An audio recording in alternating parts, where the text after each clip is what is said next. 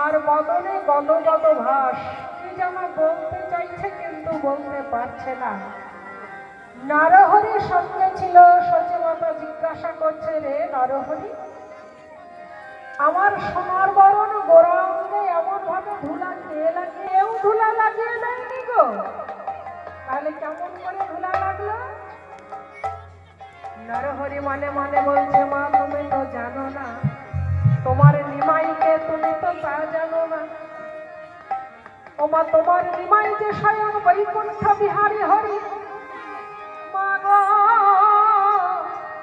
তোমার নিমাই হরিনাম করতে করতে ধুলাই গড়াগড়ি দিয়ে নিজেই ধুলা দেখেছি। মা বলছে, কণ্ঠস্থলে বক্ষস্থলে কেন ধুলা দেখছি না?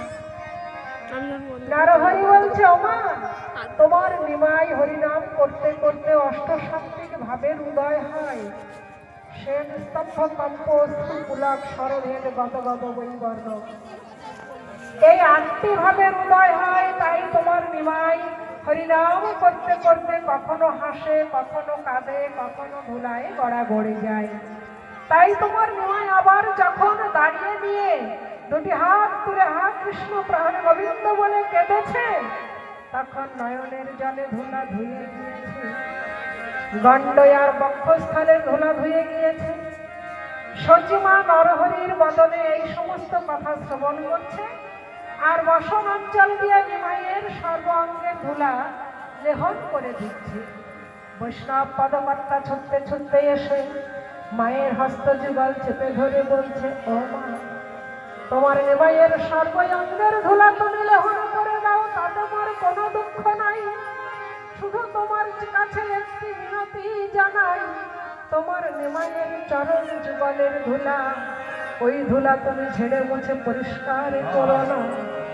ওমা আমার জন্য তুমি রেখে দাও, আমি কি করবো জানো? নয়ন জলে চরণ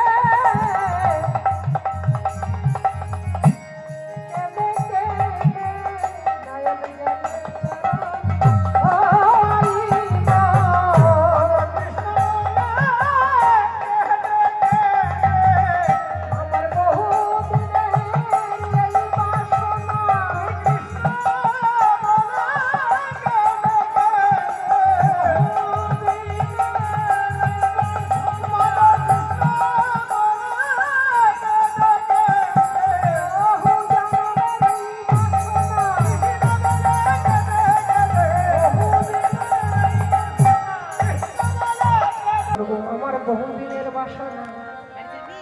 তাই বৈষ্ণব মহাজন কি বললেন? ধুলায় ধূসর অঙ্গ গদ গদ ভাই।